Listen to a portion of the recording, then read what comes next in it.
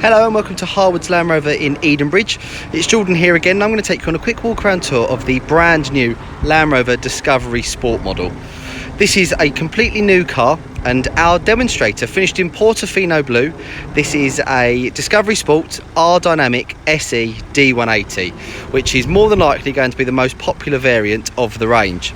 Now, as I take you around the vehicle, there's various changes to take in, which I will detail to you, but hopefully it proves useful. Firstly, what I'll do is take you through the new light structure. So you'll see here there's a 3D LED light unit, which does look very, very distinctive. Brought to you also with a new grille, and this being the R Dynamic, it has a slightly more aggressive lower apron as well.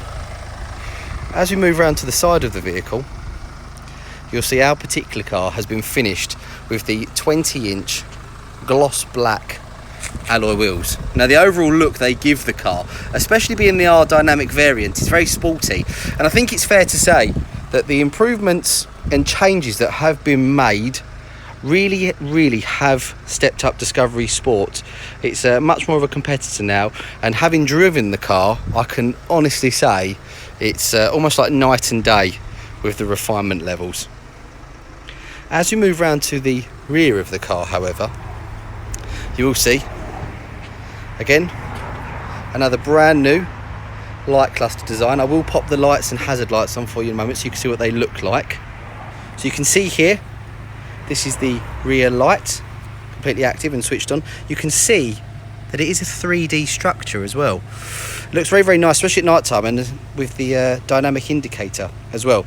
I'll take you around the front of the car equally so you can see what the front lights look like, especially the indicators, as I hadn't shown you that previously. So you'll see here, again, dynamic indicators at the front, which have replaced where the running lights sat, and you can see the LED beam there completely lit up.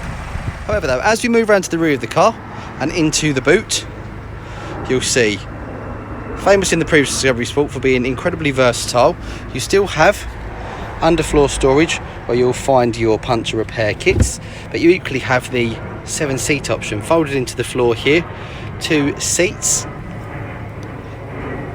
If we put the roof boot down, again on the SE, fully electronic. There's a cool little feature on the back here. If you opt to have the activity pack or have the activity key separately, this is where you tap it on the car now. You have this little target, so it's much more simplistic to use. I do think this is the best angle though. The rear 3/4 really show off this car's handsome good looks, especially in our dynamic trim. But if we move into the interior, you'll see this is where there's been significant improvement. So firstly, up on the door, this car has the carbon trim finisher in here, and it's got the pimento stitching against the black trim. So we have black grained leather on the seats. You've got the black headlining. We currently have the shade closed on the panoramic roof, but it just does feel a little bit more premium in here now, very much so. And now we're on the inside of the car, I can really show you the vast improvement and change. Firstly, you'll see the addition of the digital cockpit, and this is completely configurable, and if you're familiar with Land Rover product, you will know that you can make this what you want. So I'm going to change in here just the layout, so very quickly we can go in and I can make it a full map if I wanted to, just in here. So if you want to have the nav displayed there, you'll see along the bottom you have all of the relevant driving detail. Onto the steering wheel though, you've got the addition of the black panel displays which have dual functionality. So firstly, you'll see it says menu, and now it's become a control panel that says OK. I'll just exit that. Very, very clever system and quite intuitive to use. You equally have the same on the right hand side of the wheel, where you've got your lane keep assist as well as your cruise control functions. Over into the centre though, you now have a larger touchscreen up top here, which we'll put back onto the home screen just there. We've raised the vents higher up into the dashboard to give a little bit more of a structured design, and then lower down you have this touch panel just here, which again has dual functionality. So if I click fan, this becomes fan on this side. tap that back off. But if I click the little car icon, it brings up the terrain response just here, so we can go through the various different modes and then click back to make it temperature.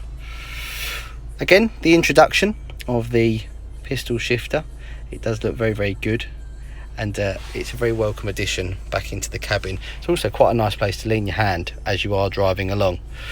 But when it comes to versatility in here, they have made some various changes. So firstly, you'll see you've got your big storage center there.